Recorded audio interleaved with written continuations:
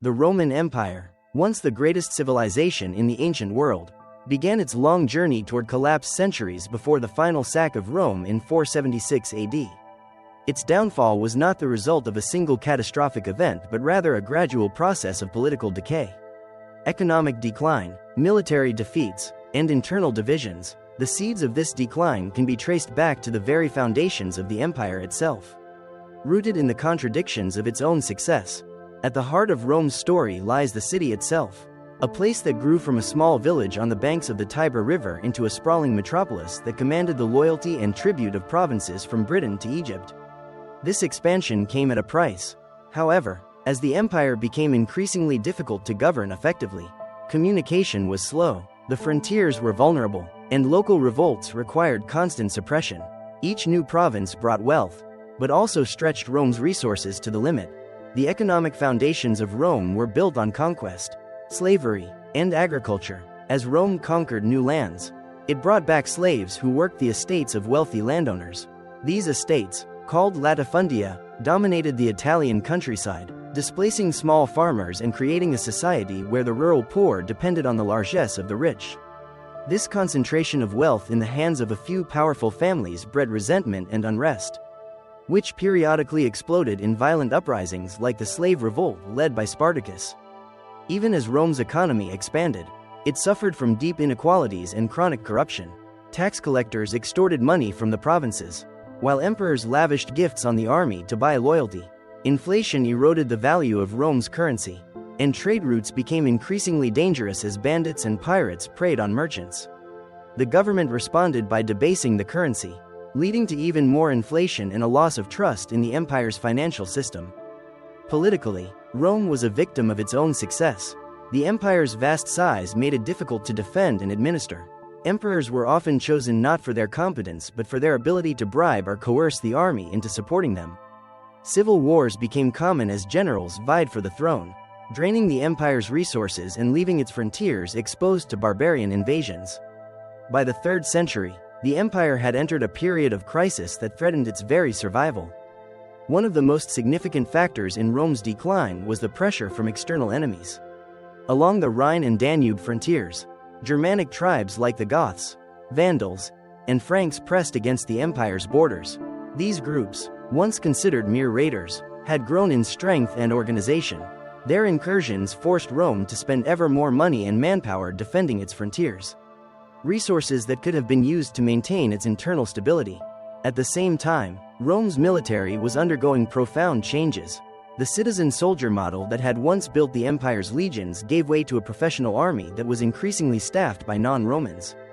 Mercenaries from the provinces and even from beyond the empire's borders filled the ranks. While they provided essential manpower, they often lacked loyalty to the empire and sometimes turned against it in times of crisis. The loyalty of the army, once a pillar of Rome's strength, had become a source of potential betrayal. The crisis reached a head in the 3rd century, a period historians call the crisis of the 3rd century. During this time, Rome suffered from a rapid turnover of emperors, many of whom were assassinated or overthrown within months of taking power. The empire fragmented into rival states, with breakaway regions like the Gallic Empire and the Palmyrene Empire asserting their independence. Rome's economy collapsed, trade ground to a halt, and cities shrank as people fled to the countryside to escape violence and disease.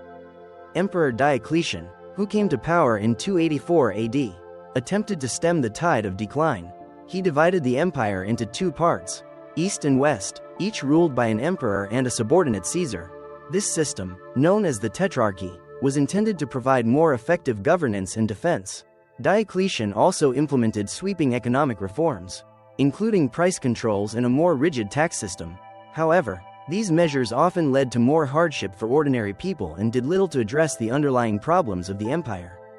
Constantine the Great, who became emperor in 306 AD, further reshaped the empire by embracing Christianity and moving the capital from Rome to Byzantium, later renamed Constantinople. This shift marked a turning point, as the eastern half of the empire began to overshadow the west in wealth and power.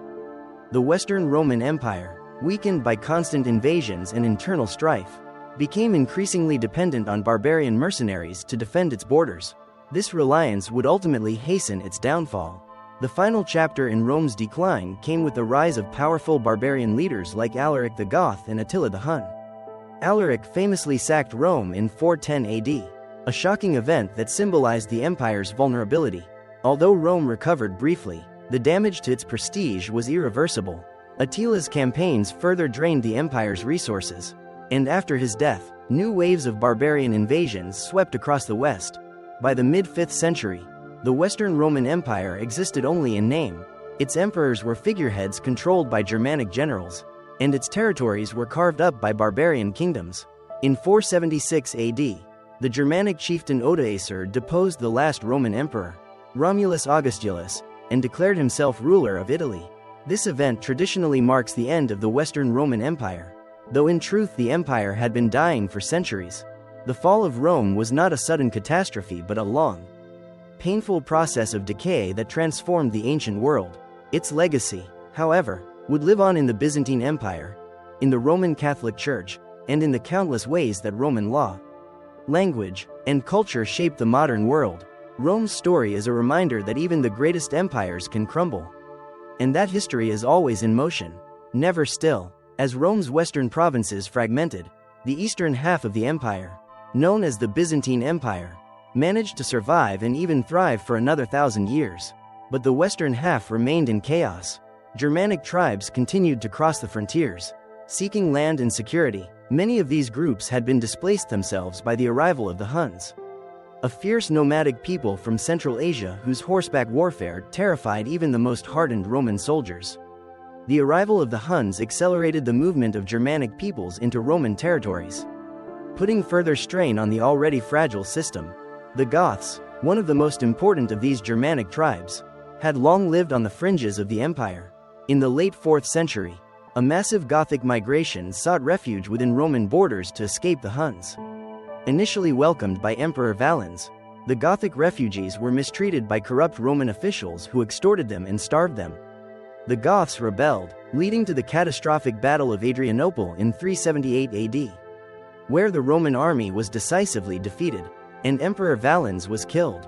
This defeat shocked the Roman world and revealed that the empire could no longer rely on its military superiority. In the years that followed, the Western Roman Empire struggled to manage the influx of Germanic peoples. Some groups were settled as foederati, semi-autonomous allies who provided soldiers for the empire in exchange for land. However, this arrangement often backfired, as these groups maintained their own leaders and loyalties. The empire increasingly depended on these foederati to defend its borders, eroding central authority and creating a patchwork of semi-independent kingdoms within its territory. The Visigoths, one of the most prominent Gothic tribes, eventually turned against Rome once again. In 410 AD, under the leadership of King Alaric, they famously sacked the city of Rome. The psychological impact of this event was immense. Rome had not been sacked in 800 years, and its fall signaled to many that the empire's days were numbered. Although the Visigoths soon moved on to establish their own kingdom in Gaul and Spain, the damage to Rome's prestige was irreparable. Other Germanic tribes soon followed the Visigothic example. The Vandals, crossing from Spain into North Africa, seized the rich provinces of Carthage in 439 AD and established their own kingdom. From there, they launched pirate raids on Roman shipping and even sacked Rome itself in 455 AD. The Vandals' conquest of North Africa cut off one of the empire's most important grain supplies, leading to food shortages and economic collapse in Italy. Meanwhile, the empire's internal politics were in shambles. Emperors rose and fell with alarming speed, often little more than puppets of powerful military commanders. These generals, many of them of Germanic descent themselves, wielded real power behind the throne. The Roman Senate, once the heart of political life, had become a ceremonial body with little influence. Corruption and intrigue dominated the imperial court, and the loyalty of the army was often for sale to the highest bidder. The social fabric of the empire also unraveled during these turbulent years. The traditional Roman aristocracy retreated to their rural estates, leaving the cities to decay. Urban centers that had once been vibrant hubs of trade and culture became shadows of their former selves. Their streets deserted, their aqueducts in ruins. As the infrastructure crumbled, so too did the morale of the Roman people, who increasingly turned to local leaders and bishops for protection and guidance. Amid this decline, the Catholic Church emerged as a stabilizing force. Bishops and priests stepped into roles previously occupied by Roman officials, administering justice, distributing charity, and negotiating with barbarian leaders. The Church provided a sense of continuity and order in a world that seemed to be falling apart. It also preserved elements of Roman culture and learning that would otherwise have been lost, becoming a bridge between the ancient world and the medieval one. As the 5th century drew to a close, the Western Roman Empire was little more than a collection of fragile territories held together by a thread. The Eastern Roman Empire, centered in Constantinople, was better defended and more prosperous. But even there, the threats of invasion and internal dissent loomed large. The Western Empire, meanwhile, faced constant attacks from groups like the Ostrogoths, Franks, Burgundians, and Lombards, each carving out their own kingdoms within former Roman lands. The last Roman emperor in the West, Romulus Augustulus, was a mere teenager when he was placed on the throne by his father, the general Orestes. In 476 AD, the Germanic warlord Odoacer deposed Romulus Augustulus and declared himself king of Italy. This event is traditionally marked as the fall of the Western Roman Empire, though in reality, the empire had been a shell of its former self for decades. Odoacer's rule was recognized by the Eastern Emperor in Constantinople, acknowledging the end of Roman imperial rule in the West. Though the political structure of the Western Roman Empire had collapsed, its cultural and legal legacy endured. The Latin language evolved into the Romance languages. Roman law influenced European legal systems, and Roman architecture inspired generations of builders. The Roman Church, centered in Rome itself, continued to assert its authority, laying the foundations for the medieval papacy. Even the idea of a unified empire persisted, influencing the creation of the Holy Roman Empire centuries later. The fall of the Western Roman Empire did not mean the end of civilization but rather a transformation. The barbarian kingdoms that emerged on its ruins blended Roman traditions with their own cultures, creating the foundations of medieval Europe.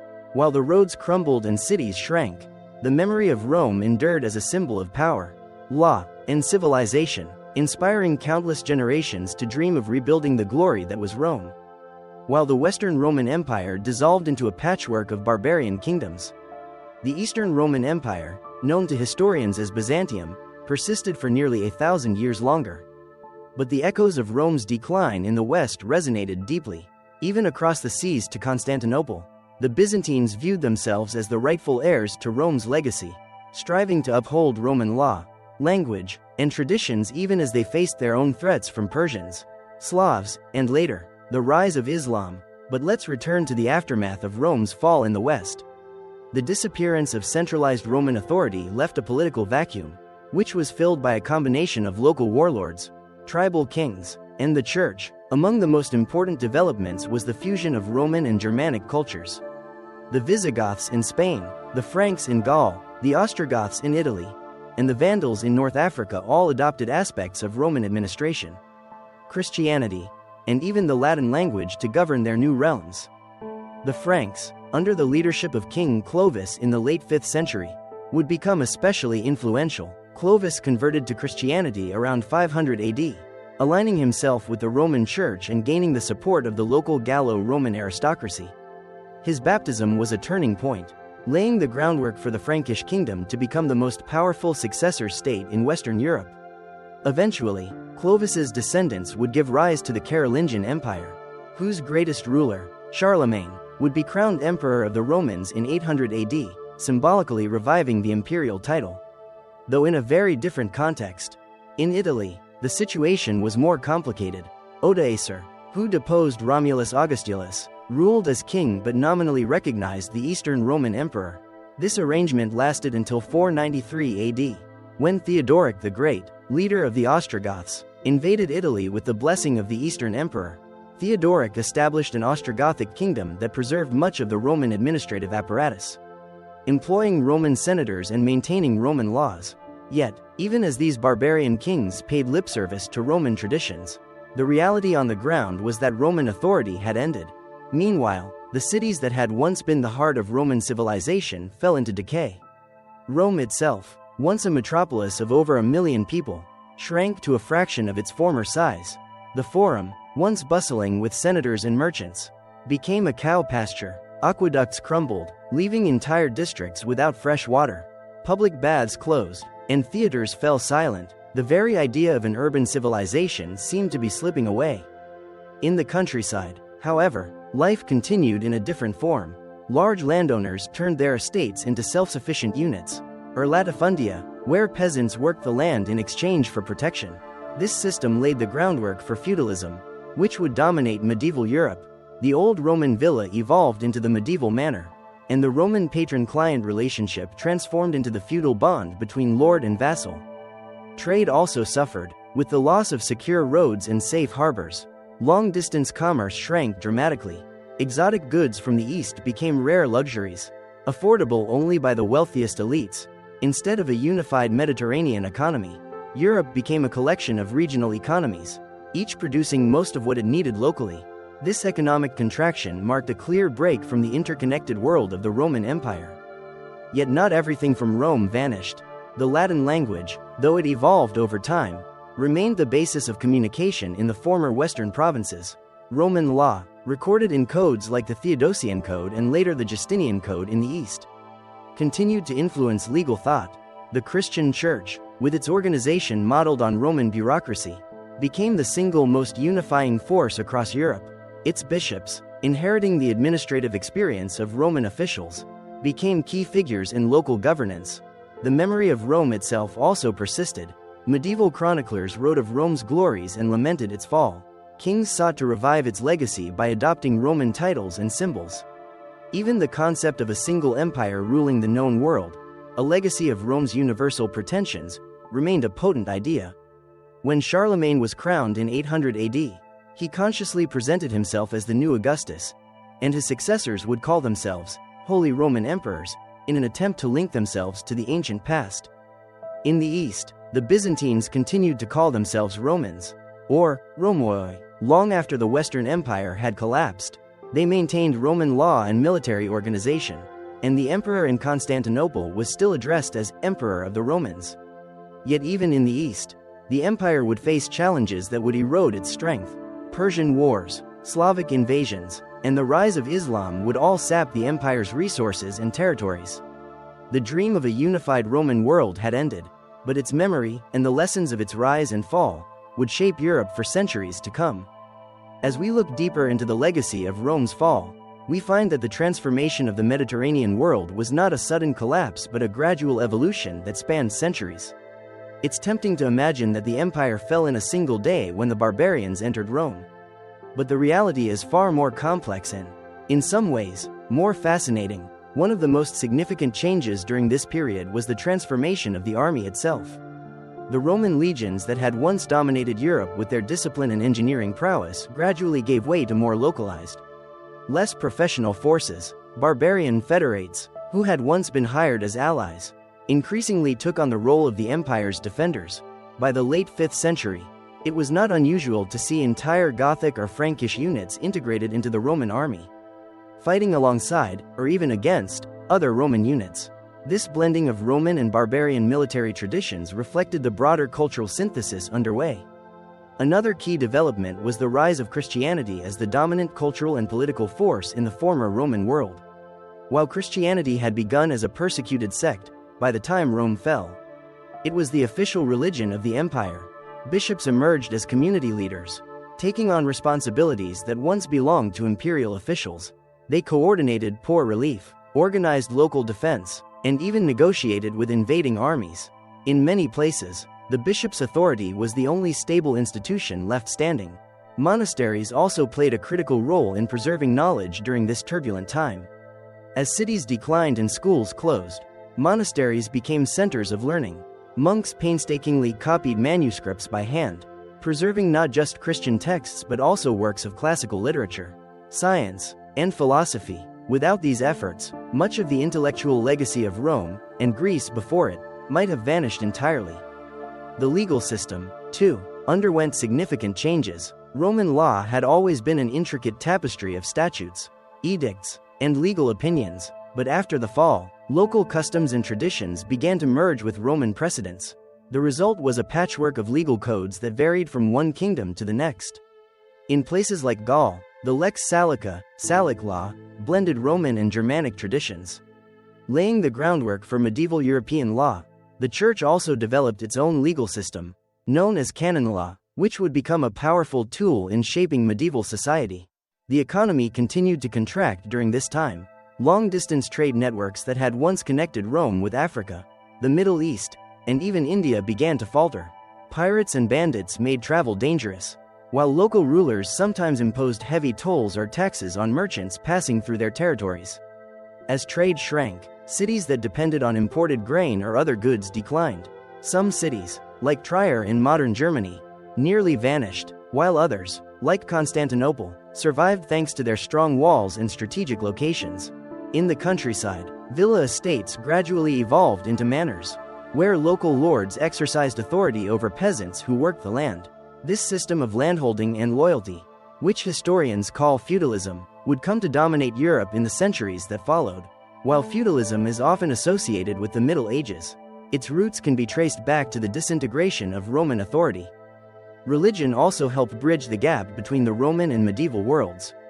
The Christian Church adopted many Roman administrative practices, from its hierarchical structure to its use of Latin as the lingua franca of educated discourse. Even the layout of churches often mirrored Roman basilicas, repurposing imperial architecture for spiritual purposes. In this way, Rome's cultural legacy lived on, even as its political authority faded. Despite all these changes, the idea of Rome itself never fully disappeared. Poets, chroniclers, and theologians continued to write about Rome's greatness. For them, Rome was more than a city or an empire, it was a symbol of civilization, order, and divine favor. This memory would inspire countless rulers to claim the title of emperor, and to model their own kingdoms on the Roman ideal. One of the most striking examples of this was the coronation of Charlemagne by Pope Leo III on Christmas Day in the year 800 AD. By crowning Charlemagne as Emperor of the Romans, the Pope sought to revive the imperial ideal in the West, linking Charlemagne's empire to the ancient traditions of Rome, though the Holy Roman Empire that emerged was quite different from the Rome of Caesar or Augustus. The symbolism was powerful enough to endure for centuries. In the East, the Byzantine Empire continued to see itself as the Roman Empire. Even as its territory shrank, emperors like Justinian the Great in the 6th century dreamed of reconquering the western provinces and restoring the empire's former glory. Though Justinian's campaigns briefly regained parts of Italy and North Africa, they ultimately failed to restore the empire to its former size. Nevertheless, Byzantium's Roman identity remained strong until the empire's final fall to the Ottoman Turks in 1453. The story of Rome's fall is, in many ways, a story of transformation rather than destruction.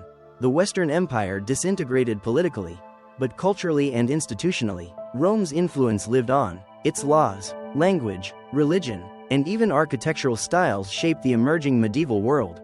The barbarian kingdoms that rose from Rome's ashes saw themselves not as destroyers of civilization, but as its heirs. They adopted Roman titles, maintained Roman customs, and sought to preserve the legacy of an empire that had once ruled the known world. And so, while the Roman Empire fell, Rome itself never truly died. It became a memory, a dream, and an ideal that would shape Europe for generations to come. As we reflect on the centuries that followed the fall of Rome, we see a landscape in constant flux, yet deeply marked by the Roman legacy. From the ruins of the once mighty empire, new kingdoms rose and fell, each adding its own chapter to the unfolding story of Europe and beyond. One of the most profound impacts of Rome's decline was the fragmentation of authority.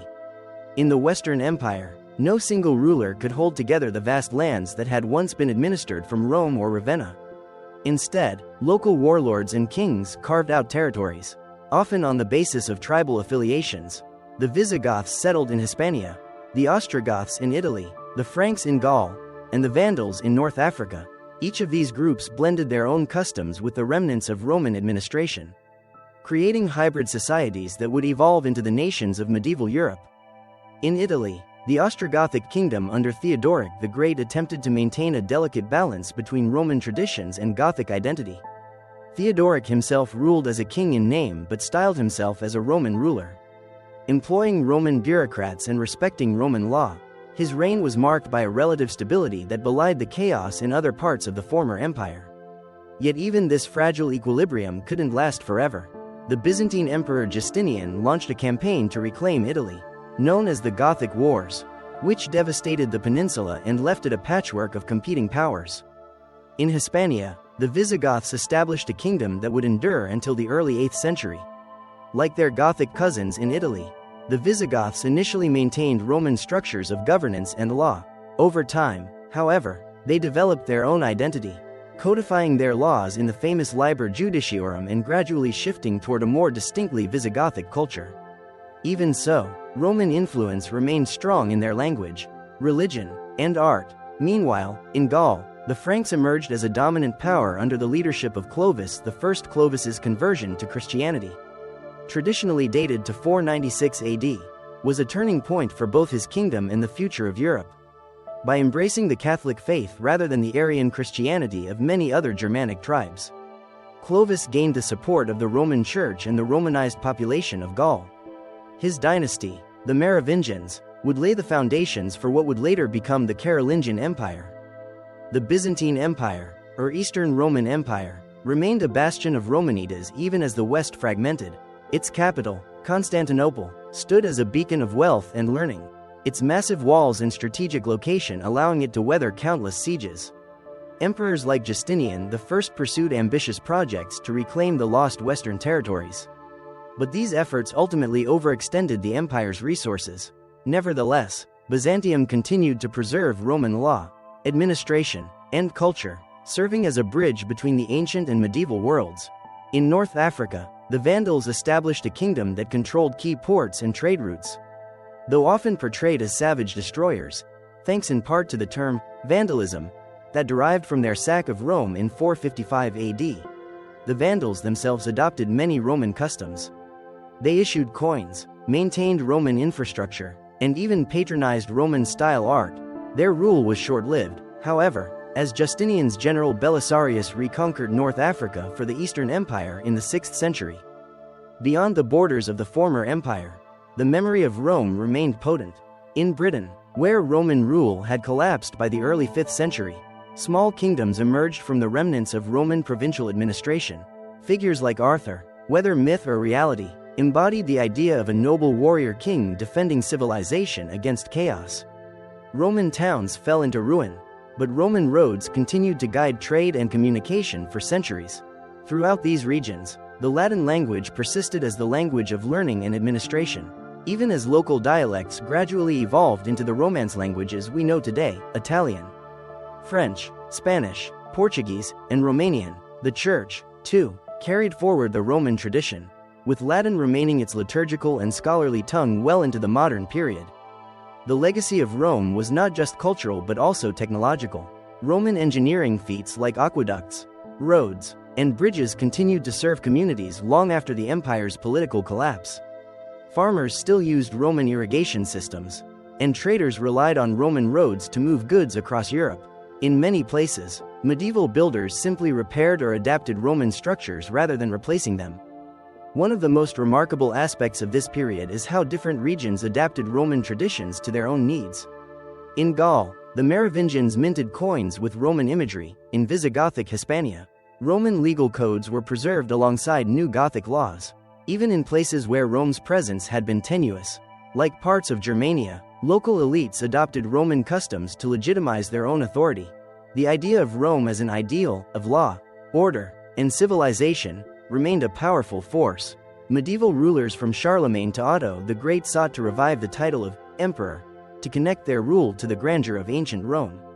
The concept of a universal Christian empire, with the Pope and the emperor working in tandem, was rooted in the Roman idea of a unified world order under one ruler and one faith. By the time the Western Roman Empire had vanished, its memory had become a legend. Poets sang of Rome's glories, chroniclers lamented its fall, and theologians debated its role in God's plan. Rome was no longer a living empire, but a symbol of what once was, and what might be again. The centuries after the Western Roman Empire's collapse were marked by waves of migration, conquest, and cultural exchange that reshaped Europe. Yet throughout it all, the idea of Rome lingered, woven into the very fabric of medieval society. Even as new kingdoms rose and fell, Rome's shadow stretched long and deep. One of the most significant ways that Rome's legacy endured was through the Church. As the political authority of the Western Empire crumbled, the bishops of Rome gradually stepped into the power vacuum.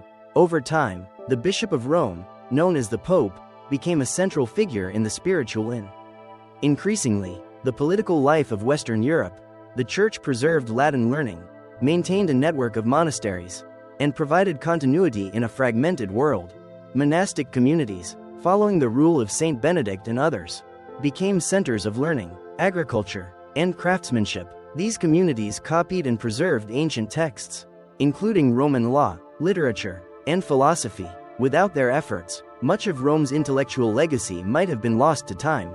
The monasteries also taught local populations new techniques in agriculture and medicine, helping to stabilize rural communities and foster trade.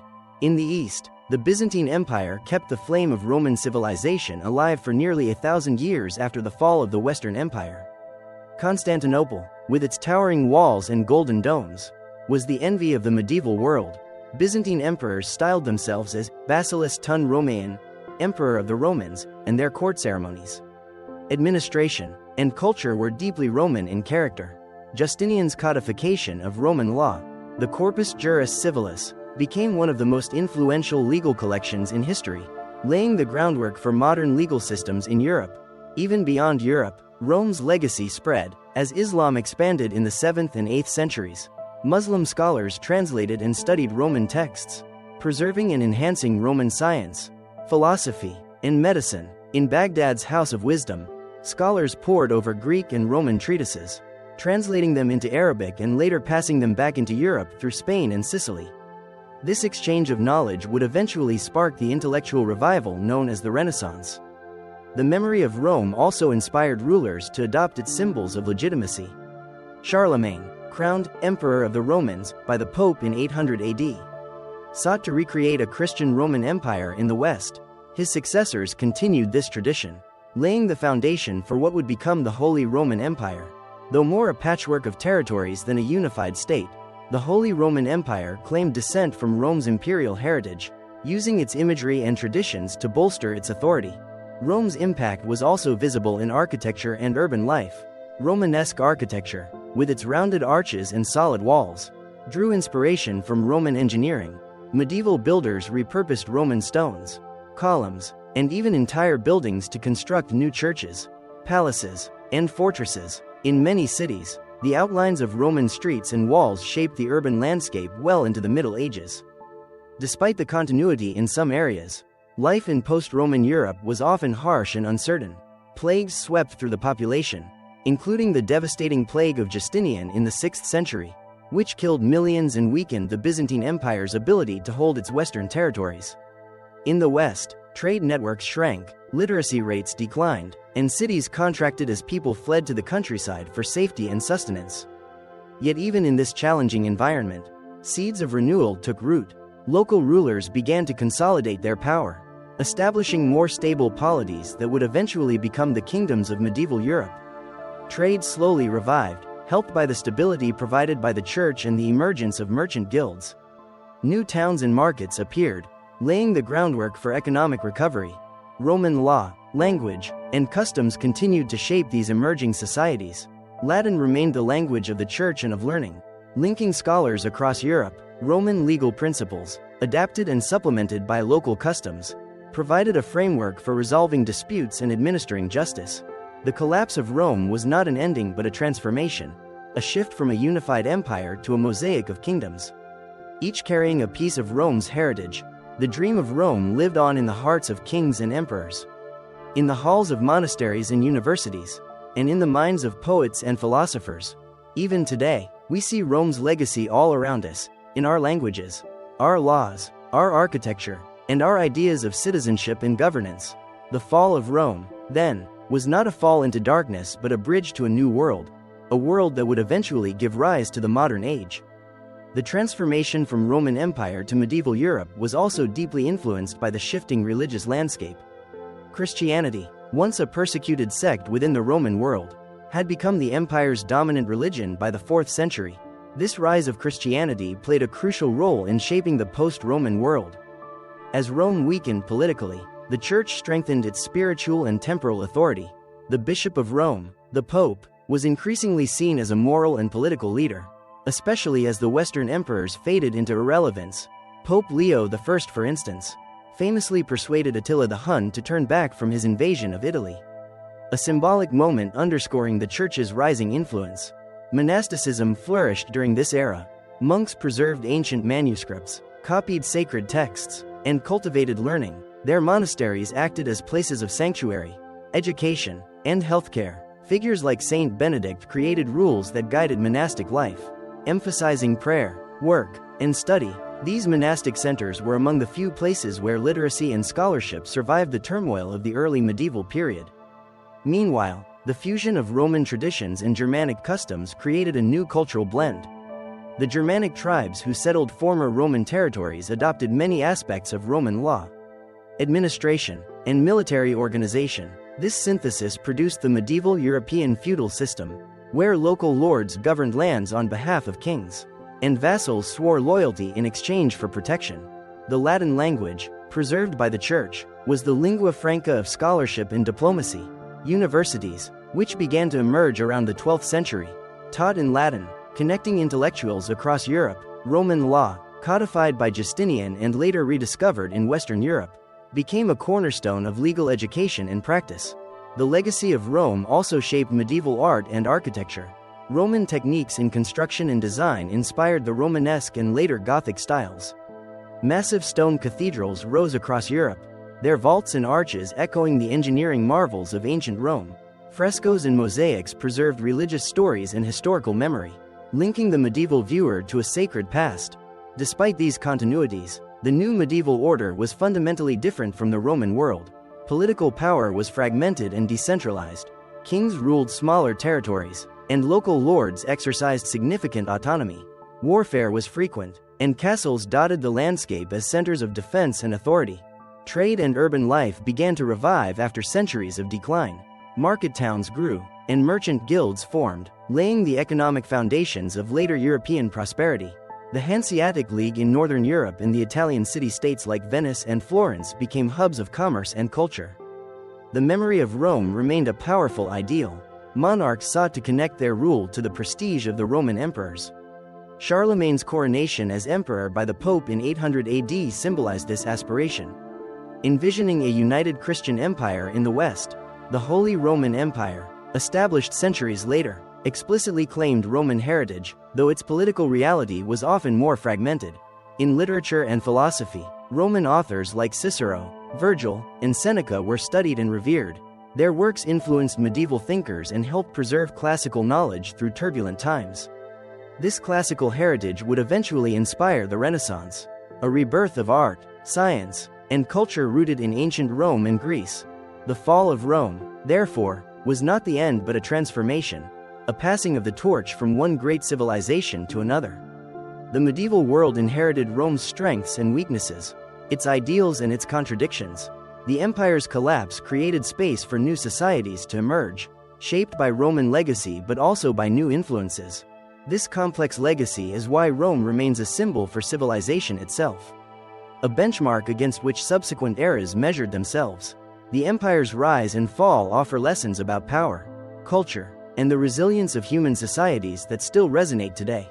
The legacy of Rome also influenced the way medieval Europeans viewed their own history and identity. The concept of a Roman past became a powerful symbol used to legitimize power and inspire unity.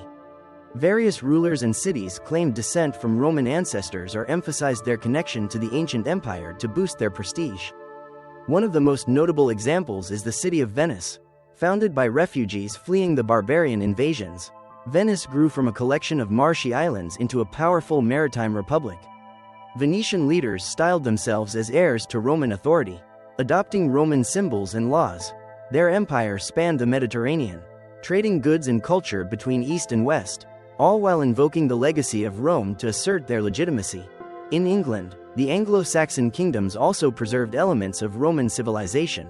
The ruins of Roman Britain remained visible reminders of a lost golden age. The Church played a crucial role in this preservation, as missionaries brought Latin learning and Christianity to the Anglo-Saxons. King Alfred the Great famously promoted education and legal reform inspired by Roman ideals. Seeing himself as a defender of a Christian and civilized realm, the memory of Rome also influenced medieval warfare and diplomacy. Roman military tactics and engineering were studied and emulated. Castles and fortifications incorporated Roman design principles.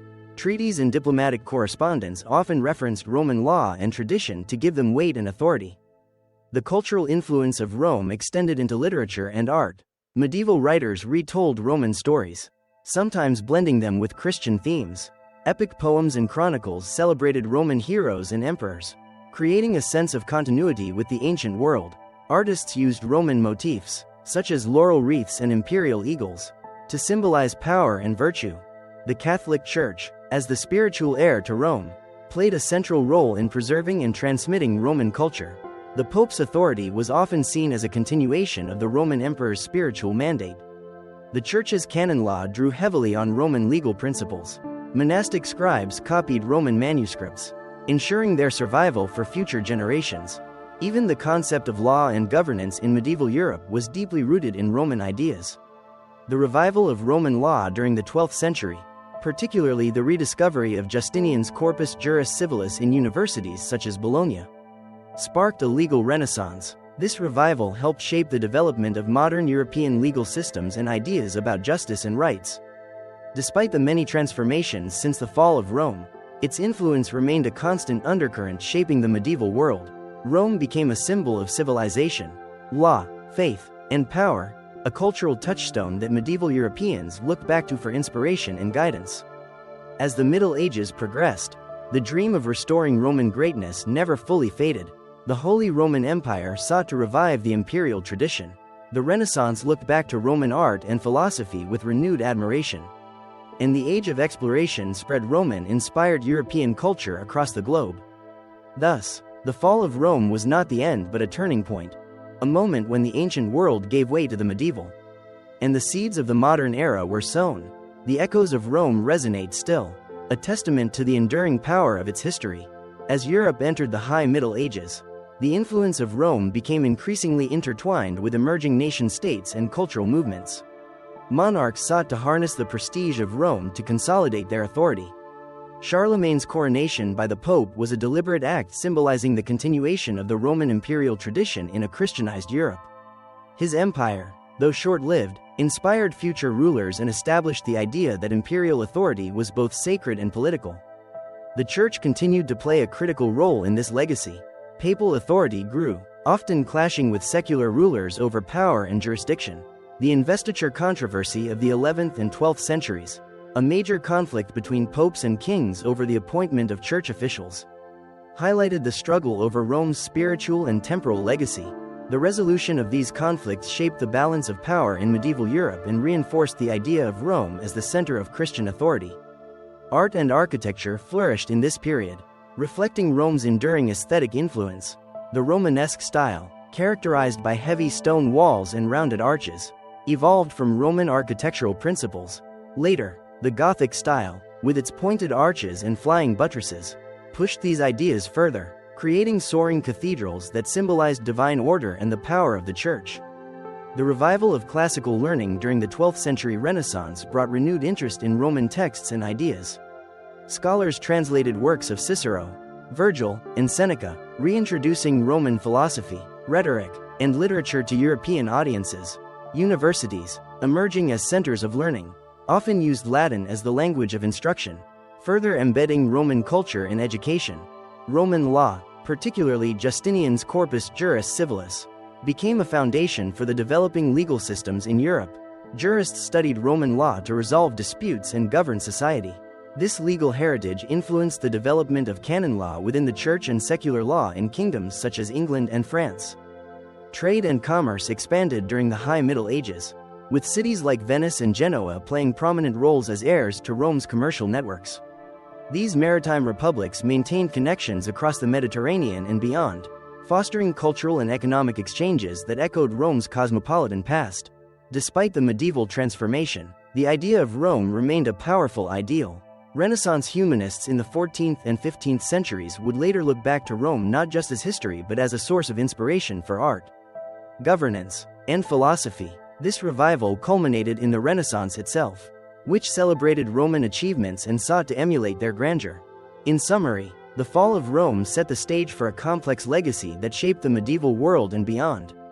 Through the church, law, education, art, and politics, Rome's influence persisted, guiding the transformation of Europe from the ruins of empire to the dawn of the modern age. The transformation following Rome's fall was not immediate but unfolded over centuries. Marked by shifts in power, culture, and society, one key aspect was the changing nature of urban life. Roman cities, once centers of administration, commerce, and culture, experienced decline as trade routes shifted and populations moved. Many cities shrank or were abandoned, their grand public buildings falling into ruin or repurposed for medieval needs. Yet some cities survived and even thrived, often those with strategic locations or religious significance. Rome itself remained an important spiritual center, the seat of the papacy, attracting pilgrims and scholars. Constantinople, the capital of the Byzantine Empire, preserved much of the ancient city's grandeur and remained a vibrant hub of trade and culture until its fall in 1453. The rural landscape of Europe transformed as well. The manorial system developed, with lords controlling large estates worked by peasants or serfs. This system provided stability and food production but also tied people to the land, limiting mobility and freedom. Nevertheless, it was a foundation for medieval society and economy. The early medieval period was also marked by invasions and migrations that shaped Europe's ethnic and political map. Germanic tribes such as the Visigoths, Ostrogoths, Vandals, and Franks carved out kingdoms on former Roman territory. The arrival of the Vikings in the north, Magyars from the east, and later the Normans further reshaped Europe's borders and cultures. Despite these upheavals, cultural exchange continued. The fusion of Roman, Germanic, and Christian traditions created the unique tapestry of medieval Europe. Languages evolved, blending Latin with local dialects, giving rise to the Romance languages and influencing Germanic tongues. Education and literacy, though limited, were preserved mainly through the church. Monasteries served as centers of learning and manuscript production. The preservation of classical texts by monks ensured that Roman knowledge was not lost entirely. This intellectual continuity laid the groundwork for later scientific and cultural advances. The economy gradually revived as trade networks were re-established. Markets and fairs became important venues for commerce. The growth of towns and guilds fostered a new middle class of merchants and artisans, changing the social structure that had been dominated by nobility and clergy. Religion remained a unifying force. Christianity spread across Europe, often blending with local customs. The Church's teachings influenced law, morality, and daily life. Pilgrimages to holy sites, the building of grand cathedrals, and the establishment of universities all reflected the central role of faith. The idea of Rome as a model civilization endured in medieval thought. Roman law and governance served as examples for rulers. Roman history was studied for lessons in leadership and morality. The ambition to revive or emulate Roman greatness inspired political and cultural movements throughout the Middle Ages. In conclusion, the fall of Rome was a catalyst for transformation, leading to a medieval world that was both a continuation and a departure from the ancient past. Rome's legacy endured through the institutions, ideas, and cultures it helped shape, influencing the course of European history for centuries to come. As Europe moved further into the medieval period, the influence of Rome remained a guiding thread. Even as new powers emerged and old structures shifted, the idea of a unified Christian empire persisted, embodied by the Holy Roman Empire, which sought to resurrect the grandeur of ancient Rome under a Christian banner. Although it never matched the territorial extent or centralized power of the original empire, it played a vital role in shaping medieval European politics. The Holy Roman Emperors claimed legitimacy through their coronation by the Pope, a symbolic transfer of authority from the ancient Roman emperors to the medieval rulers. This connection emphasized the Church's role as the spiritual successor to Rome, blending religious authority with political power. However, this relationship was often fraught with conflict, as emperors and popes vied for dominance. Meanwhile, the Byzantine Empire, as the eastern continuation of the Roman state, preserved many aspects of Roman law, culture, and governance for nearly 1,000 years after the fall of Rome. Constantinople was a vibrant center of trade, art, and learning, acting as a bridge between Europe and Asia. The empire's legacy influenced Orthodox Christianity, art, and legal traditions across Eastern Europe and Russia. Trade expanded across the Mediterranean and into Northern Europe, facilitated by Italian city-states like Venice, Genoa, and Pisa. These maritime republics grew wealthy and powerful by controlling trade routes once dominated by Rome. They fostered cultural exchanges that helped spread Roman artistic and architectural styles, as well as ideas. Across the continent, education and scholarship saw significant growth with the founding of medieval universities.